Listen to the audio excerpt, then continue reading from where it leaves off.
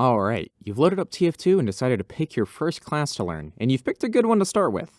If this is your first time playing the game, or your first time to play on PC, Heavy is a great start to get used to the keyboard and mouse. The Heavy is a bulky class that has the highest health pool in the game at 300. He has a minigun that does a ton of damage at close range, and is effective in medium range, but doesn't do much at long range. Heavy is slow though, and he's prey to two classes in the game, those being Sniper and Spy. With that being said, the Heavy is a force to be reckoned with, as he's the tank of the game and paired with a medic can be unstoppable against an unprepared team. I'm assuming you watched the all-class video, so let's get into this.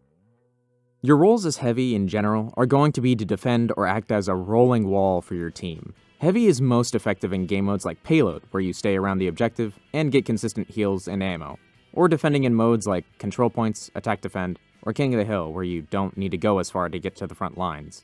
That being said, you're probably going to want to start your journey in Payload and Attack Defend though. In these modes, you're more than likely going to have a medic to aid your team, and there's a chance that he might rally around you, letting you take more advantage of that giant health pool and be more aggressive. In just about every other game mode, you'll be the defense. As Heavy, you're a big wall that negates other power and pick classes, such as Soldier, and will shut down all blast jumping players. This is arguably where Heavy is the most effective. Heavy is very viable on both blue and red. The reason for this being that on blue, if you're near the cart, you'll get health and ammo from it. Also, the cart is faster than Heavy when you're firing your minigun, so standing in front of it while on the objective is a great idea. While pushing the cart, or having the cart push you, you'll essentially have unlimited ammo, so you should use that time to spray your bullets everywhere, just in case you catch a spy trying to sneak up on you. This playstyle is called, quote, cart heavy, unquote.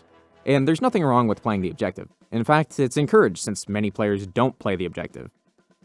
That being said, you can be a forward-facing flanking Heavy, or anything along those lines, and take the fight to the red team, especially if you have a medic with you. Being aggressive has a place for Heavy, as the enemy team will more than likely naturally back up behind buildings away from incoming damage, and grouping up is a great way for a team to get splash damage.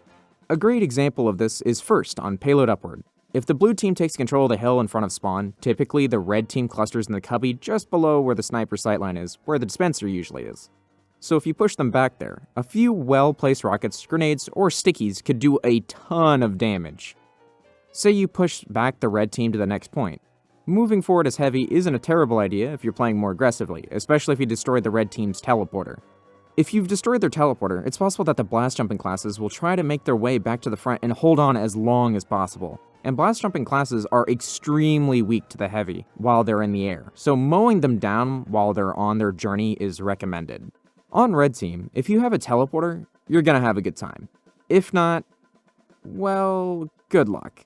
That being said, as Heavy, you're gonna be one of the main targets for damage, so you'll receive tons of rockets, bullets, and grenade pills on top of the snipers and spies already focusing you. So to avoid dying instantly, I suggest working around a medic. And if you don't have one, work with your engineer. He'll appreciate it, as you can help mow down any overextenders, and you can appreciate him by setting down a dispenser next to you to keep you alive when your sandwich is gone.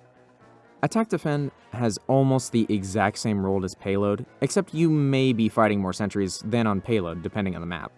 That being said, there's no cart to push, so sticking with the medic or engineer with a dispenser on blue, as well as red, is going to be helpful to extend your free trial of being alive. I'm going to be real here for you, and tell you that running Heavy on control points can be pretty daunting, especially if you don't have an engineer to set up teleporters for you.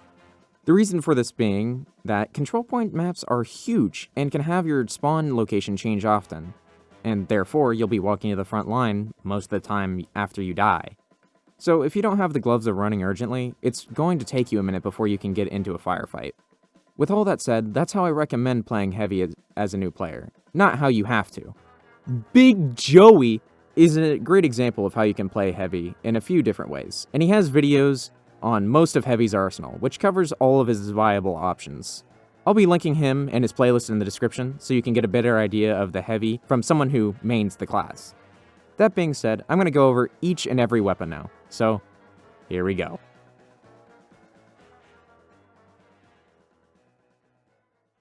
After going over gameplay multiple times and trying to write this section multiple times, I've come to the conclusion that, man, stock weapons are hard to write for.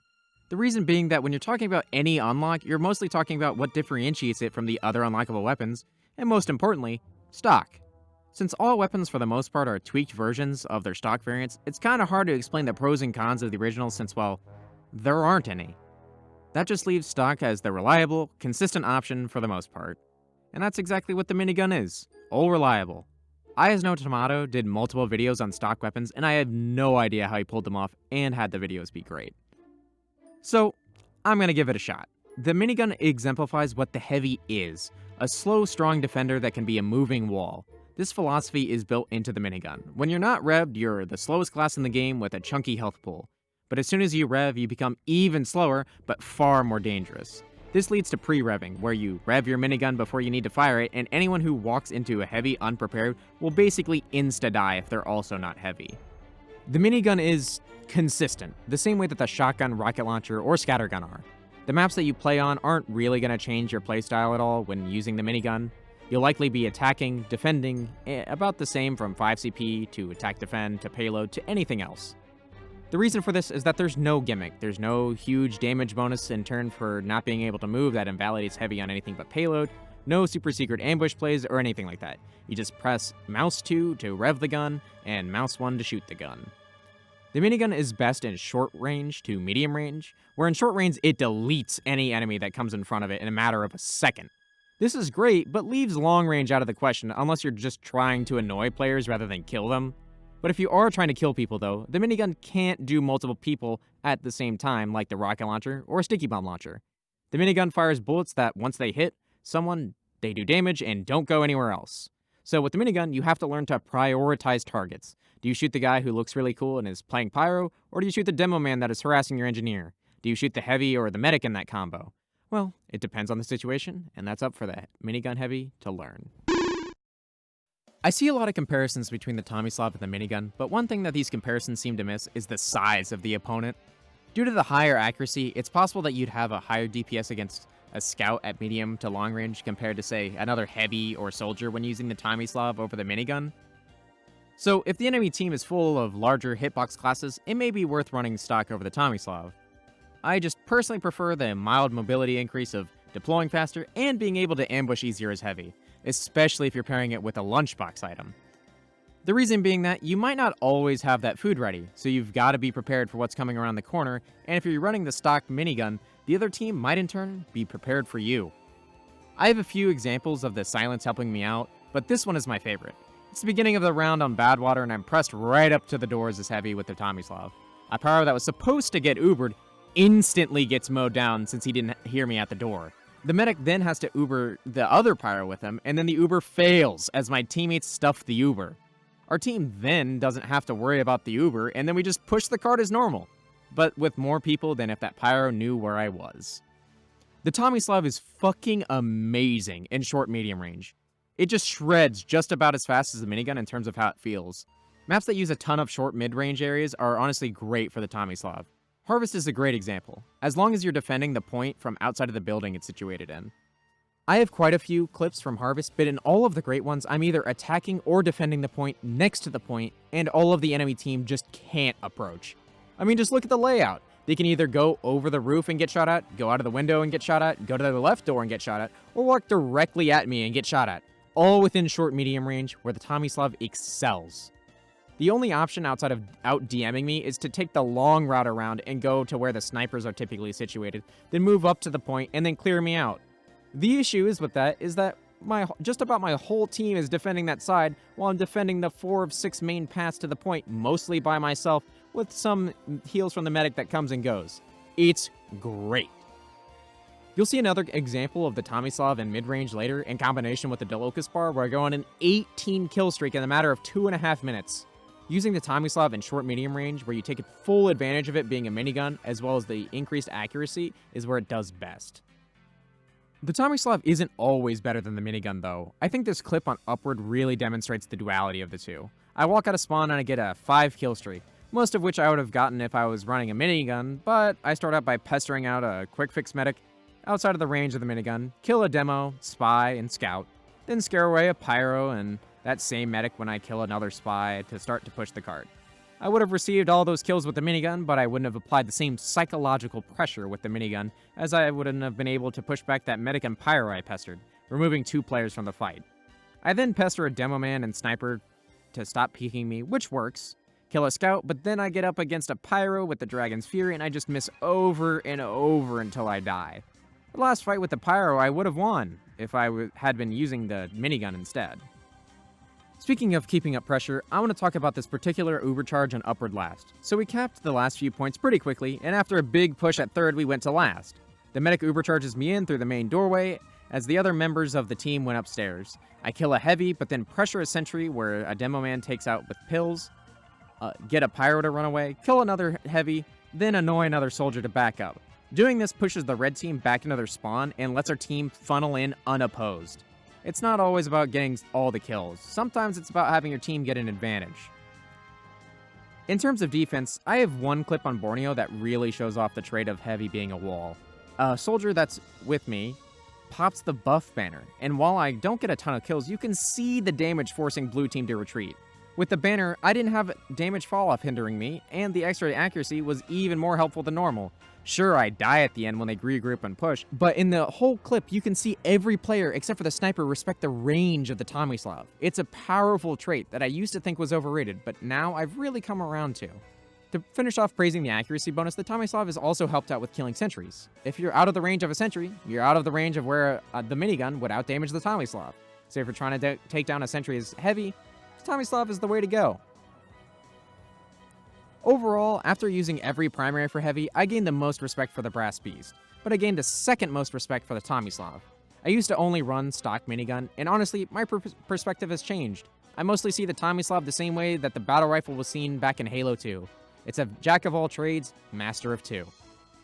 The Tomslav is the best minigun in terms of utility. It allows you to be sneaky while revved, which is a huge plus if you're not a cart heavy.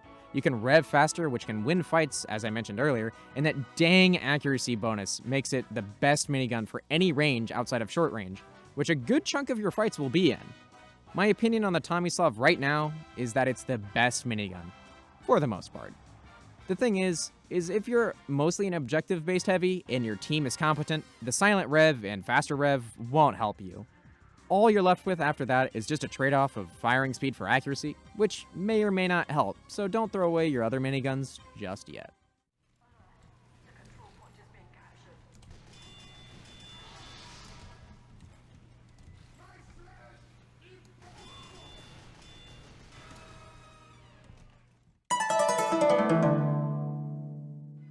Man, the Huo-Long-Heater was a weapon I used to use all the time. I never saw the ammo drain as a big enough downside to keep me from using it when compared to stock or the Tomslav, but that's probably because I mostly play the objective in TF2.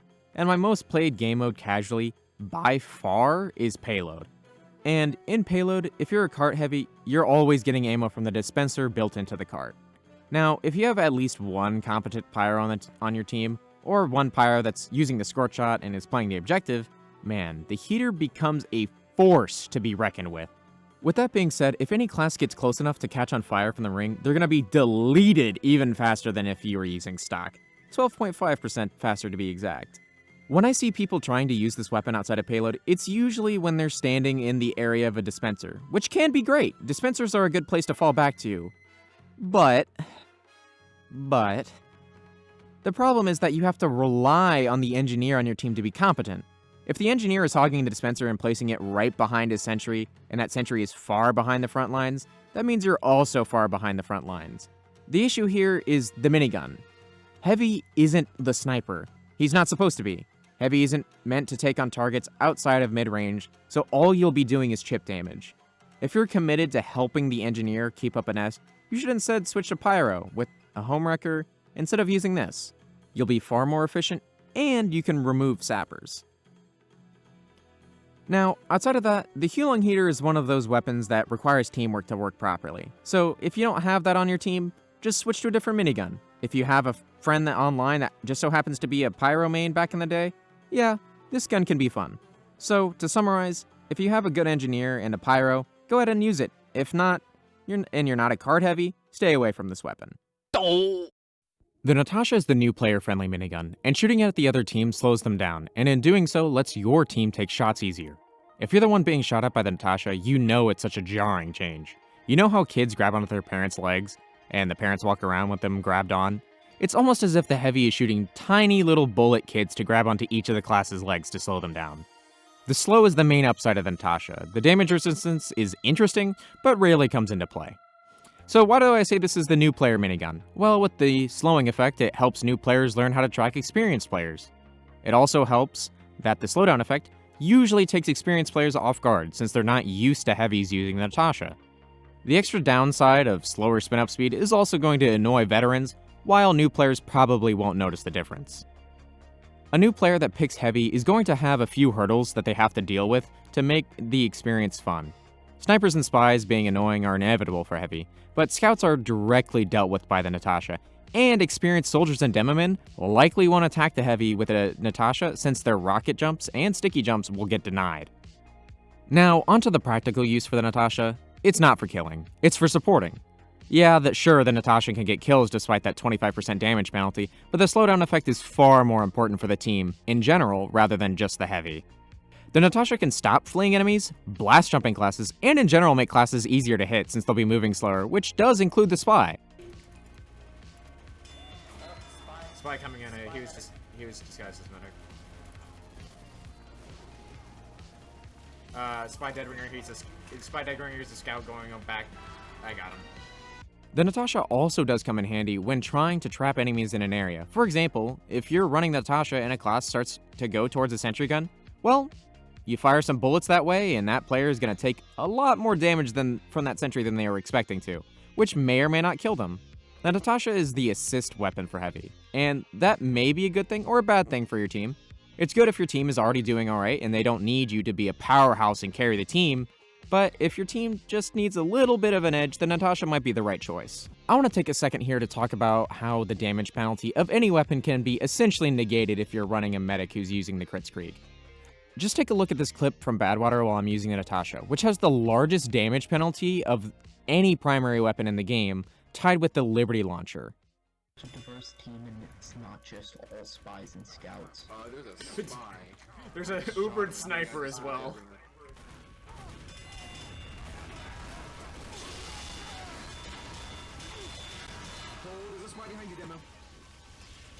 Thanks for the call out. I'm just bringing that. Thank you, medic, for the Uber. Spy dead ringered, by the way. There's two friendlies. Don't kill. Okay, okay. So yeah, if you've got a crits out of the gate, it might not be a terrible idea to use a primary weapon that has a bit more utility than damage, since it doesn't really matter how much you overkill a player by, just that they're dead. That being said, you can't rely on a medic using the Kritzkrieg or there being a medic at all, so don't pick up your weapon hoping that someone else will prop it up.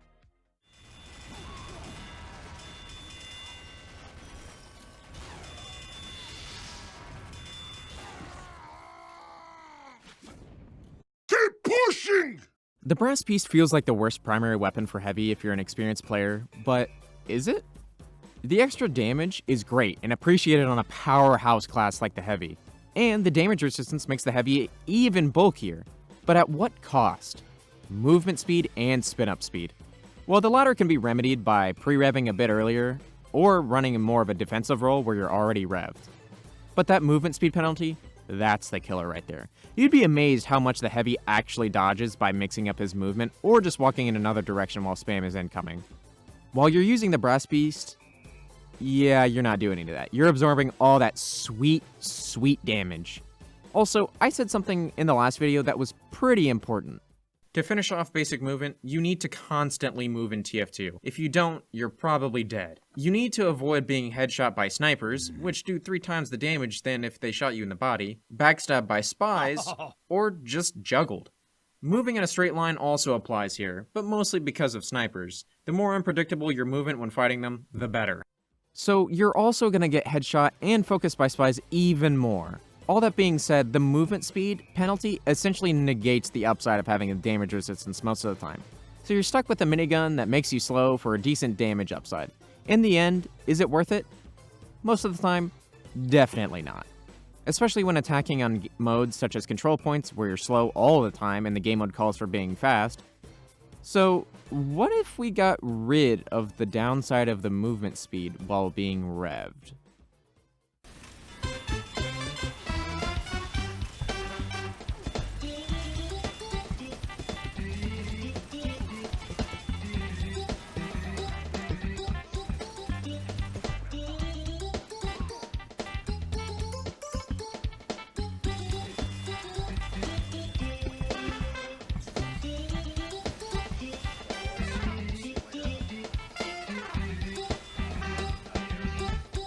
See ya, Space Cowboy.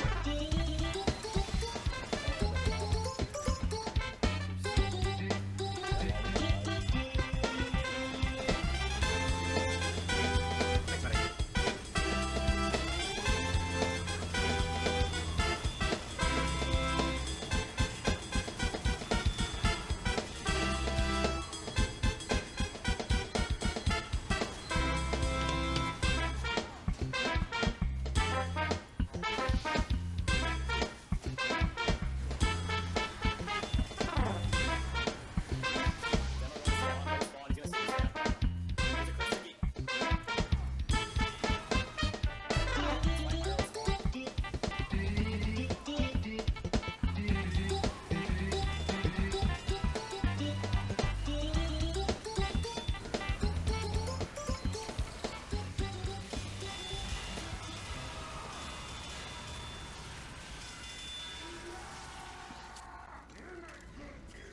Yeah, the Brass Beast can be killer on payload. I'd argue that the Brass Beast is only viable on an attacking team on payload, especially if you pair it with the Dalokahs Bar. Combining the two gives the Heavy an extra 50 health to his maximum, and if you're playing Cart Heavy while you're getting a consistent amount of heals, while also getting that damage resistance. The Brass Beast is arguably the best Cart Heavy weapon, only having its title contested by the Huo-Long-Heater. All that said, does having the Brass Beast only viable as Cart Heavy or a standing defense make it bad? No. This is one of the weapons that gets the most hate in the game, but people don't remember that unlockable weapons are supposed to be situational. The Brass Beast is the definition of situational pubs. So don't feel bad if you're using it and you're going for those rolls. But outside of that, I'd definitely suggest the other primaries for Heavy.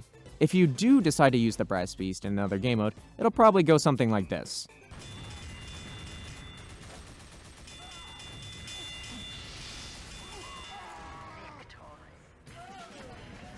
Or something like this, where I get Ubered, then completely fail to do anything because I'm slow.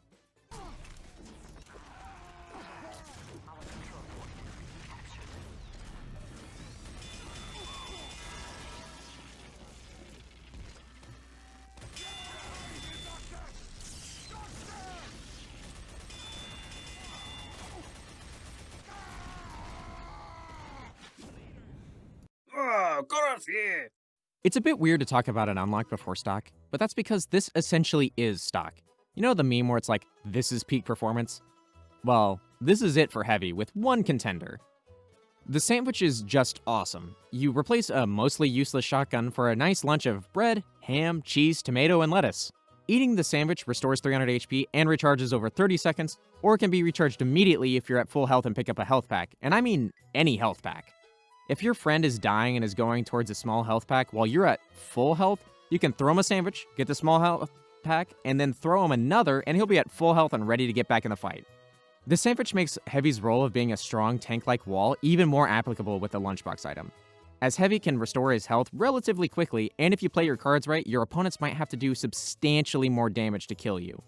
For example, if you take damage then have enough distance between you and your target to go around the corner and heal, your target now has to make up for all that damage that they just did. This leads to some fun exchanges because you can trick your enemy into thinking that's what you're trying to do by pulling out your sandwich prematurely and rounding a corner, but when you're actually at still a decent HP level, but then revving your Tomslav and mowing them down when they round that corner to kill you, thinking that you're at low health. The sandwich is also one of the few ways to heal in TF2 besides health packs. In casual mode, medics and engineers are not guaranteed, so not having to rely on a medic or dispenser to get heals is great. There's not too much to say about the sandwich at the moment. It's just a healing item with just a few more things to know here and there, such as the health pack recharge. The only other thing to know is that it's the best lunchbox item to run if you have a medic on your team. If you don't, there's another item that you can probably do a better job at keeping you alive. I get a health pack. Give me a sec. I got it. Wait a minute. It's not charged yet. Just another 2 seconds. Thank you. You can grab that one.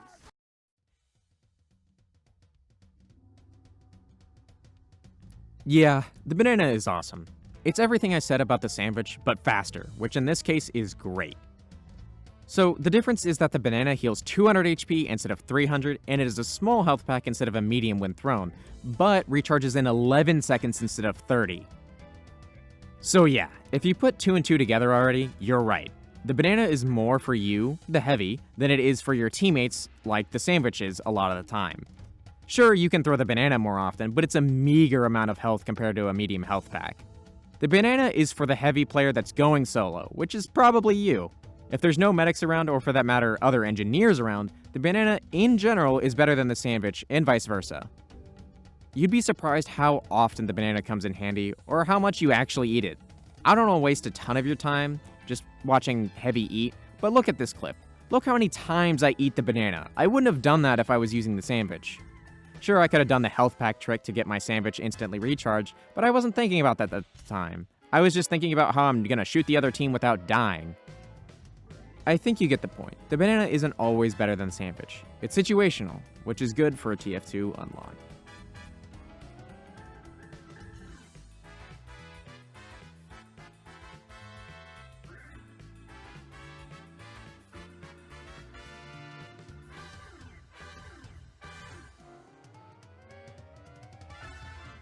You've been hearing how good the lunchbox items are. Well, this is where it starts to get disappointing. I actually like the Dalokahs Bar, but I can say it's not nearly as good as the banana or Sandvich. The reason for this is that the Dalokahs Bar is pretty much the banana to the banana. The Dalokahs Bar recharges in 10 seconds, but only heals 100 HP, but brings your max health pool to 350 instead of 300. Now, this isn't always useful. If you have a medic on your team, your maximum overheal is still 450. That being said, if your medic is running Quick Fix, which limits how much it can actually overheal you, the Dalokahs Bar does give you more health than your maximum overheal level is 426 instead of 376. So if you don't have a medic with you, when is this useful? Well, it's really only in one situation, when you're getting ready to take some damage. That's it. If you know that you're going to be tanking some damage soon, the Dalokahs Bar might not be a bad choice, as the 50 HP may or may not break the hold. That being said, the Dalokahs Bar heals less than a medium health pack, so going for one of those to heal can actually be more time effective than actually eating the lunchbox item, which is kind of crazy to say. The Dalokahs Bar isn't for consistent heals. You have the banana for that, and it's also not for healing your team. You have the Sandvich for that. It's just for getting ready to take some damage, like on Payload or King of the Hill, when you have the time to, munch on one before going to the front lines. That's basically it. You got nutted all the way across there. I have no ammo, medic. Just back up.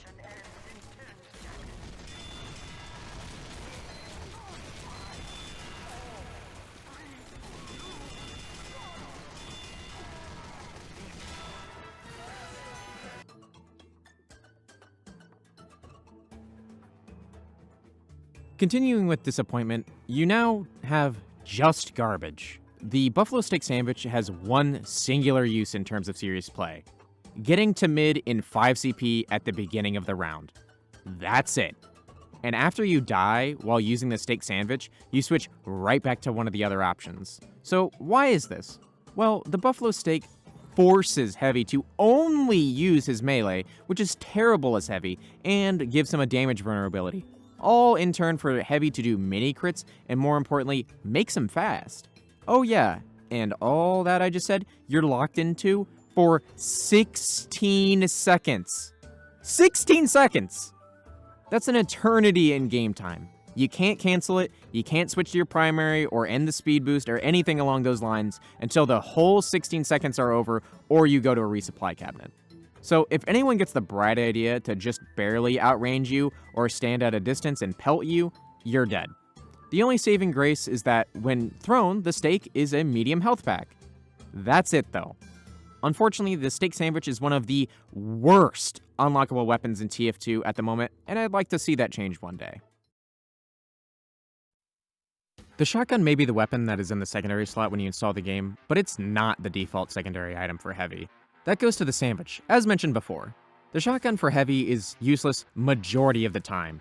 The shotgun and minigun are useful in the same ranges, and the minigun deals more damage without having to reload. So, the minigun outclasses the shotgun in every way. The point of the shotguns are to have a backup weapon as Heavy when you run out of ammo, but that'll rarely happen unless you're running the Huo-Long-Heater, as if you walk over ammo packs dropped by players when they die, you'll refill half of your ammo. So there's no serious reason to have any shotgun equipped on Heavy at the time of writing this video. That being said, there's an alternative meme playstyle for the Heavy that you may or may not heard of, that being Fat Scout. Fat Scout is a subclass of Heavy, which means that it's different enough from the normal class to be in its own area. The best example is Demo Knight, where the Demo Man gives up his explosive weapons to kill people with a sword, while having damage resistance to be tankier. However, for Heavy, there's no upside to play Fat Scout. You just ignore your minigun and only use your shotgun and melee weapon. The shotgun, ironically, is actually the worst at this at the moment. It gets outclassed by the Family Business and the Panic Attack, ironically. The reason being that the Family Business's clip size and firing speed make up for the damage penalty, and the Panic Attack ignores random bullet spread, which at the time of writing is still in the game.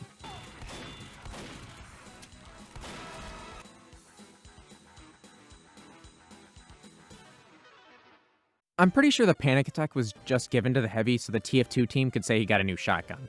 Even if you equip the shotgun or Family Business when running Heavy normally, it still doesn't make sense to have it for the Heavy. The actual point of those weapons is to switch away from your minigun when you run out of ammo to have a backup weapon. However, when you do that, you have to unrev, put away your minigun, then pull out the aforementioned secondary. The Panic Attack in the grand scheme of things doesn't really help at all with its greater switch speed, since you're already waiting a long time to pull out the shotgun anyway. So, like the other shotguns, use the Sandvich, Banana, or Dalokahs Bar if you're trying to seriously play Heavy. That being said, this was surprisingly the second best shotgun for playing Fat Scout. The reason being, at the time of writing, there's random bullet spreading casual. What I mean by this is if you fire a shotgun, the pellets will go to random locations within your spread. This is disabled in all competitive formats for consistency. If you disable random bullet spread, your pellets will go in a 3x3 pattern, as seen here. There are 10 pellets that actually come out though. The middle pellet is actually 2 bullets instead of 1, making the total 10.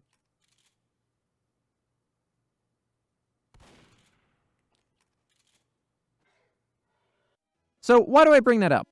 Well, the Panic Attack is the only weapon in the game that currently has no random bullet spreading casual. The lack of random bullet spread is even listed as an upside of the weapon, which it is. The bullets come out in a rectangle instead of a square though, but generally speaking, that's better. If you're gonna miss your shot in TF2, it's usually not vertically, it's usually horizontally. So having that slight extra horizontal spread might be better. Plus, if you're getting a full-on meat shot, which is when all of your pellets connect, you'll be doing more damage than the shotgun. Using the Panic Attack as Fat Scout is not too different than the other two shotguns. The only difference is that you'll want to get even closer than normal to land all of your pellets, which, to be fair, you'd still be trying to do as Fat Scout anyway. I still think that the Family Business is better at the moment due to the higher clip size and firing speed, but this is a decent contender at the moment with one caveat. If you're in a server that disables random bullet spread like Uncle Dane's new servers, or if the game gets updated to remove random bullet spread, the Panic Attack will be worse for it. The game in general will be better. It's just that I think the stock shotgun overtakes the Panic Attack if that happens, with the Family Business being even better. Everything I said about the shotgun also applies here. The Family Business isn't meant to be used seriously. Use the Family Business to play Fat Scout, and that's about it. If you want to play Heavy, use a lunchbox item. That being said, the Family Business is the best shotgun for playing Fat Scout at the moment. The extra shells in the mag, as well as the faster firing speed, allow you to miss more shots and get your shots in faster. As a Family Business Scout, it's likely that you'll be finishing off people rather than doing all the damage, but it still feels super rewarding when you go on a kill streak as Fat Scout. That sniper got him good, too.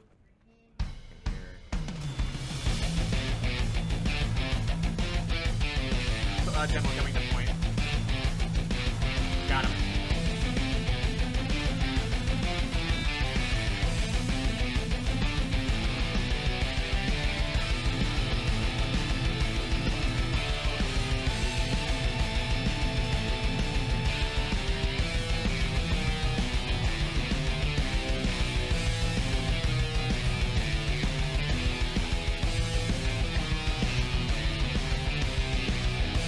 spy around here, by the way. Got him.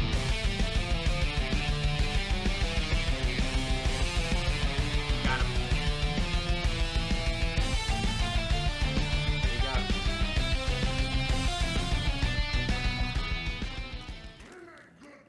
Route Scout can be really fun, but you've probably only seen me go on kill streaks with it so far to keep the video entertaining to watch, but it'll probably go like this.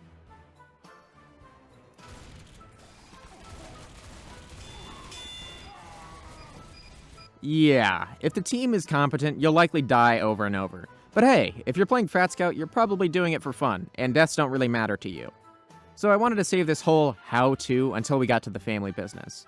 So, as Fat Scout, what all should you equip? Well, I'd recommend your quote-unquote pistol to be the Tomslav, as you can pull it out and rev it faster than anything else. Then for your melee, I'd recommend using the Killing Gloves of Boxing, also known as the KGB. With the KGB, you can combo a melee attack into using the shotgun, as you'll get crits for it. And the shotgun with crits is no slouch, especially if you can get a ton of shots out with, you guessed it, the family business. Another option is the Fist of Steel, also known as the Foss, which I'll be going over soon because of the resistance. The other melee options don't really matter, as the KGB outclasses every other damage-based melees, and the Fist of Steel lets you get to health packs or medics a little bit safer. The Eviction Notice, and more importantly, the Gloves of Running Urgently, put Heavy in a tight spot as Fat Scout. You can use them to get in faster, but you're sacrificing Heavy's biggest upside to do so, and you're getting into damage ramp-up range if you're trying to play Fat Scout. So yeah, just run the Foss or the KGB. In terms of strategy, you're going to want to play around the area that the minigun is effective in, or a bit closer. The best map I found for this is Harvest. You'll be fighting a ton of scouts, as it is every scout main's favorite map, but you're also using a shotgun, and you've got a higher health pool. If you can out-DM them, you'll do just fine. That being said, it makes sense for Harvest to be a good map for this. There's so many close-quarter spots, relatively speaking. Most of the map is a good spot for a shotgun or minigun, as most of the map is close to medium range. The only exception being the sniper perch with the health pack under it and the roof, which totals to be like 20% of the map. There are other maps you can run Fat Scout on, most of which are King of the Hill maps such as Viaduct or King. As any item or playstyle in the game, Fat Scout can be run on anything, but it's just not as effective. Payload maps are a good example. On offense, Fat Scouts suffer greatly due to having to constantly close distance while Red Team pulls back. Yet, on the flip side, if you're defending as Fat Scout, the Blue Team is coming to you, which makes closing the distance even easier.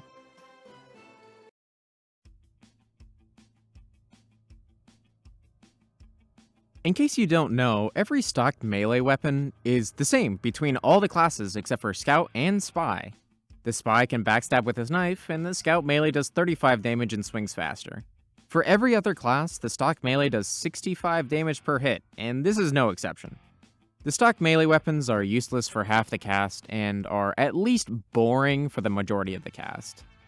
The fists are just a slot filler until you get just about anything else with the exception of the warrior spirit, but that doesn't make them bad, they just have no major downside other than not having any upsides. That's all I can really say about them, they're just a slot filler until you get another melee that fits your playstyle.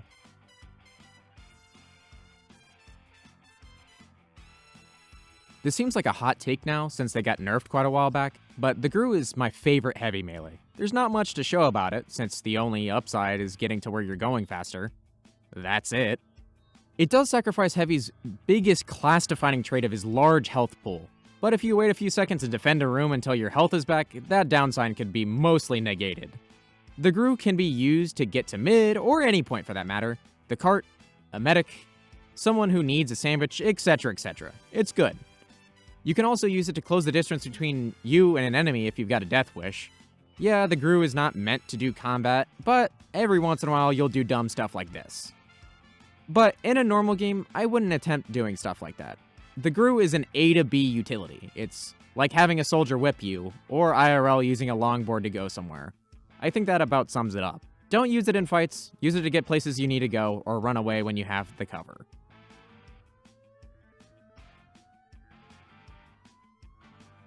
This is it.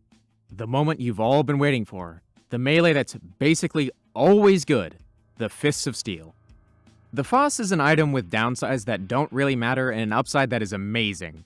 The upside basically boosts your health to 420 if you have it out all the time. The Fists of Steel take the tankiest class in TF2 and make him even tankier. Sure, you're not always going to be doing damage with the Foss, but you can use it for damage, or you can use it entirely for utility. It has the best of both worlds. The reason for this is that in TF2, generally you don't want to pull out your melee, you want to use your gun. And well, the Fists of Steel tanks damage from guns. The only thing you really have to look out for are Demonites, since you take double damage from melee, so if they get a crit swing off on you, you'll instantly die. So how do you want to use the Foss? Well, there's 3 ways. One is the boring way, which is basically the same as the Gru, getting up to or away from fights. You're still slow, but you'll take less damage, which might be worth it over the Gru sometimes. Then you can actually take fights with the Foss. Most people, including me, aren't going to whip out their melee to melee fight you, especially if their melee is a utility melee. A good example is fighting a soldier that has the escape plan equipped. He's not going to take it out because he'll be marked for death. Instead, he's going to keep trying to pelt rockets at you, which depending on how far you are from him, might get himself killed. Then, the last way to use the Foss is to stand on the objective. You become a nuisance to kill when you pull out the Foss, and if you're playing Payload, you'll have consistent heals from the cart, making you harder to kill. So if you're playing any objective that gets spammed out, just whip these guys on and bam! Less incoming damage.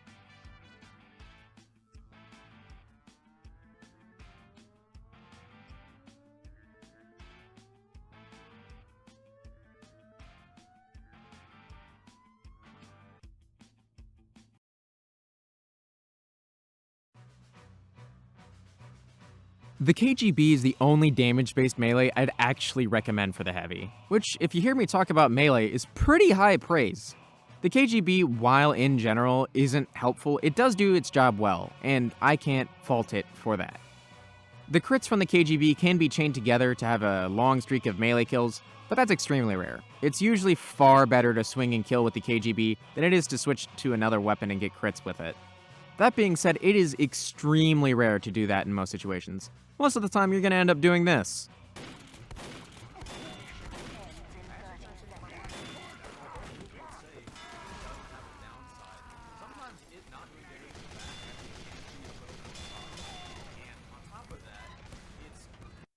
Or you'll do this.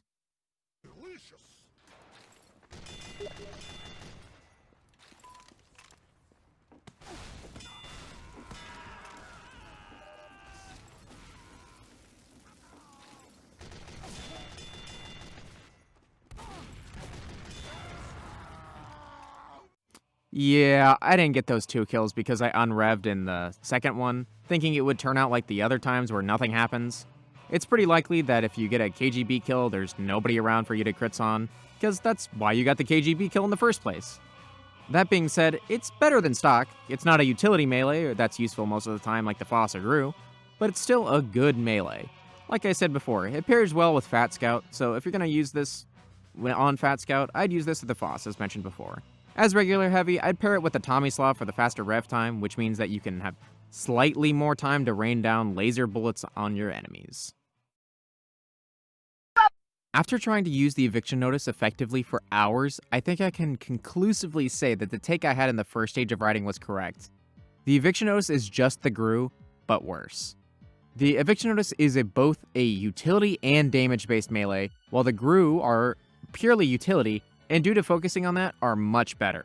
The issue is that the Eviction Notice is trying to be both, and it fails at both in comparison. If you're using the Eviction Notice as a damage-dealing melee, you'd be better off with stock, and if you're using it for utility, you could use the Foss, or as I said, Gloves of Running Urgently. So why does it fail at both? Well, in terms of utility, the Eviction Notice has half the health drain as the Gru, but also has half the speed boost of the Gru. So the issue is that if you're using either and are going to the same place, you'll get there slower at the Eviction Notice, but with higher health. Well, that sounds good, right?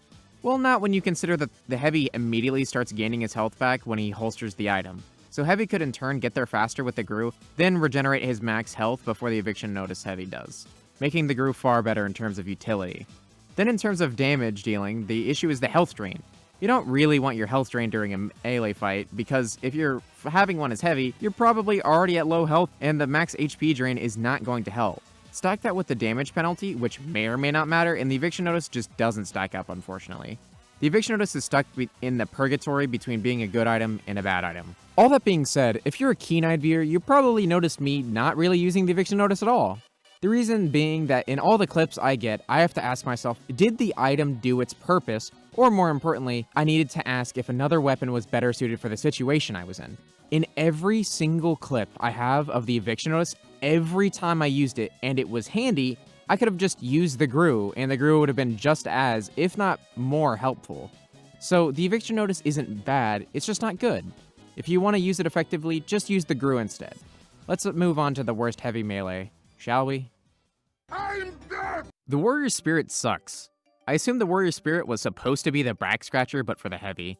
The issue is not the fact that it's a damage-based melee, it's the fact that you have a damage vulnerability when you have it out. It's not a small damage vulnerability like 10 to 15%, it's 30%, which is huge! And while in close range can get you damn near insta-killed depending on the enemy's weapon, I used the Warrior Spirit for hours trying to get a single clip for the section of the video, and I got one. One! Are you ready for it?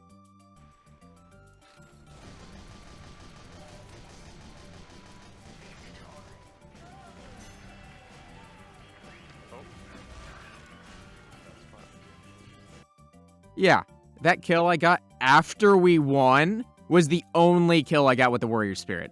Not in the way like the rest of the video where I've been trying to only show clips where another weapon couldn't have done what I did, such as living with the Dalokahs Bar, fighting in mid-range with the Tomslav, etc, etc. No, this was the only kill I got with it.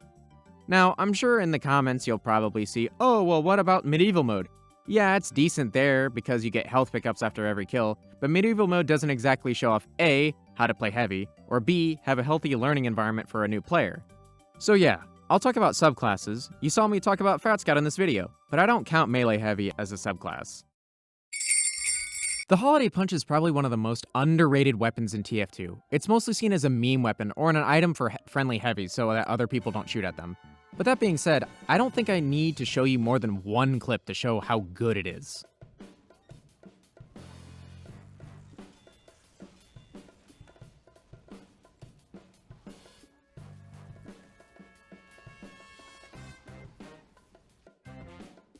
Yeah, if you get crits or punch someone from behind them, you'll force them into getting stuck in a taunt, which can be devastating. The punch, as seen, can pass through Ubers, which is amazing, and the primary use of the weapon outside of ambushes. Well, there is one other use for it, which is to use crits on a Holiday Punch heavy to stuff Ubers or build Uber. I couldn't get a clip of this myself, but Uncle Dane had a fun clip of this. And Muzelk had an entire video of this years ago titled Wombo Combo, which was great. Both will be linked in the description. That being said, should you use it over the GRU or FOSS? Probably not. But if the enemy team is playing with a ton of medics and Ubers coming out every minute, it's probably not a bad idea to swap it on to see if you can get at least one cheeky kill out of it, which possibly could save your team. If you are trying to ambush someone with it, as always, I'll recommend the Tomslav to go with it, and if it's your only job to stuff that Uber because you don't have a pyro or something, you might actually want to use the Buffalo Steak Sandwich. But that's only if the other team doesn't know you're there, so might not want to do that. Alright, you now know what items are good and which ones are bad. The general idea of what to do is heavy, and you've probably figured out that the heavy is pretty straightforward. You aim the big gun at the enemy and shoot bullets, eat food and give food. That basically boils down the class to the rawest form. But here's a few more things you should know. Jump around the corners is heavy, and jump when revving your minigun to get around corners faster. You just aren't slowed down when revving the minigun in the air, since your momentum is preserved until you hit the ground. You can also jump over rockets and pipes that may be shot at your feet when doing this, and get a chance to either not take damage or surf it, so there's no downside to doing this. Duck often when fighting. This makes your hitbox smaller, and as a thick boy like Heavy, it helps out. Ducking will help you fight any class that is using a hit scan weapon, such as the shotgun, sniper rifle, minigun, etc. This is one of the few things that Heavy has for mix-ups to his movement, besides strafing in different directions, since he can't jump while rev. Avoid being on low ground. Spies can just jump down and stab your back. Soldiers almost always win fights when shooting down, since it's easier, and likewise for demo men. The high ground is pretty powerful for Heavy against soldiers, since they'll either have to hit directs, or they'll hit the area behind you. And based on your positioning, they may not be able to do that. Then, if they can't do that, they may try to rocket jump up to you, or behind you, and when that happens, you can just mow them down. Cover is really, really strong as the Heavy, the reason being that for some reason the bullets from Heavy come out of his head rather than his minigun. So peeking over cover to shoot anything that isn't a sniper lets you irritate them while having relatively minimal danger to yourself. You can use walls, props, or any solid object as cover, so look out for them. I think that about covers it. I'm going to try to keep these videos short like this one. I'll also leave links in the description to more resources that you can use to learn about Heavy. For example, I highly recommend watching How It Feels to Play Heavy by Lazy Purple, and a bunch of videos by Big Joey, as mentioned before. Anyway, next is probably going to be Pyro, but I'm not quite sure yet. So, I'll see you then.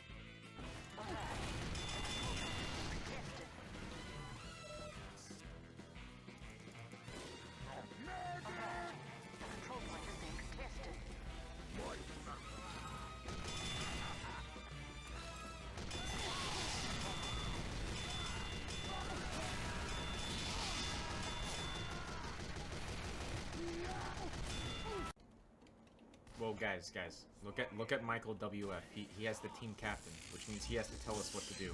What do we do, Michael? Let us know. Tell us, Michael. What do we do, Michael? Guess we're all killing ourselves. We're all gonna kill ourselves. Hey, I just joined the game. We killing ourselves?